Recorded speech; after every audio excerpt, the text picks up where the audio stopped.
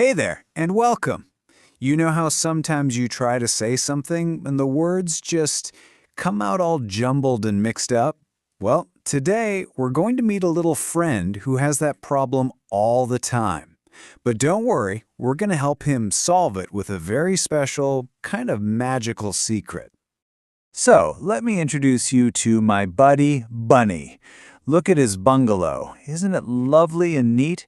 He loves keeping everything super tidy. Everything has its own special place.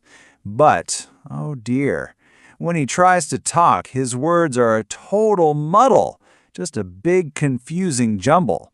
It's kind of like your school bag, right? Imagine if you just threw everything inside. Your tiffin box, your notebooks, your pencils, all mixed up. It'll be really hard to find anything. Well, Bunny's words are exactly like that right now. All jumbled up and very, very confusing. Just look at this. When the words are a mess, like yummy oranges Irwin likes, it sounds a little silly, doesn't it? It doesn't really make sense. But watch this. If we just move them around a bit, we get Irwin likes yummy oranges. Ah, so much better. Now we know exactly what's happening. That little bit of order makes all the difference. So, here's the big question. What can we do? How can we help our friend Bunny make his words just as neat and tidy as his cozy little bungalow? Well, it turns out there's a secret. One day, Bunny found a secret. It's like a magic rule that helps anyone put their words in the perfect order. And you know what this amazing secret is called? It's called the sentence. So what in the world is a sentence? It's actually really simple. It's just a group of words that, when you put them together, makes complete sense. It's not a jumble anymore.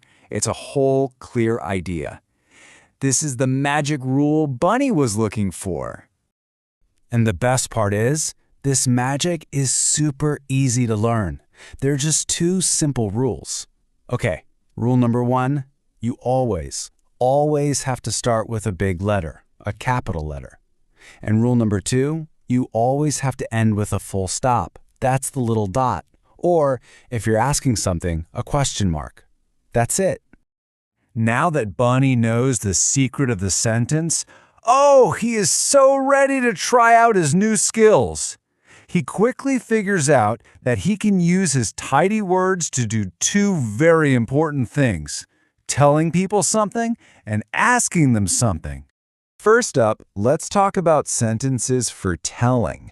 Whenever Bunny wants to share some information, just tell someone a fact, he uses something we call a statement.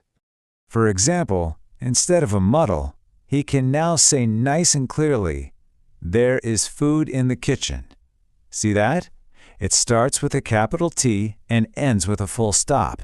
It's a statement, and it's just telling us something. Simple. But what if Bunny wants to find out something? That's when he uses a sentence for asking. And we have a special name for those. We call them questions. For instance, he might want to ask his friend, "Is Ramen talking?" And look, it still follows our rules. It starts with a capital I, but this time it ends with that curvy little thing with a dot at the bottom. That's a question mark, and we use it because Bunny is asking for information.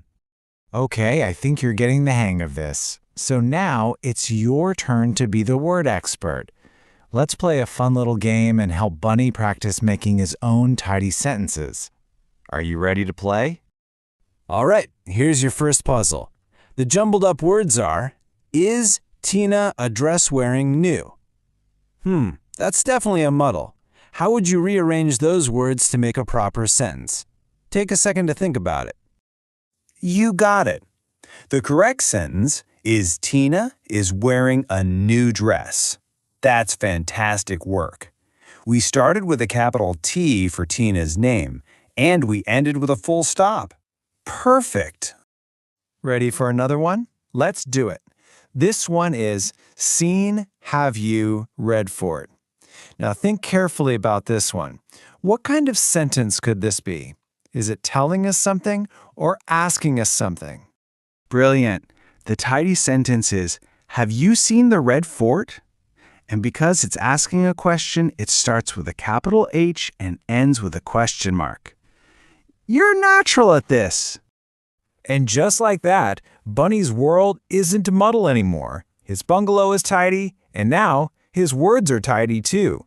Everything just makes so much more sense. So let's just remember Bunny's tidy up rules.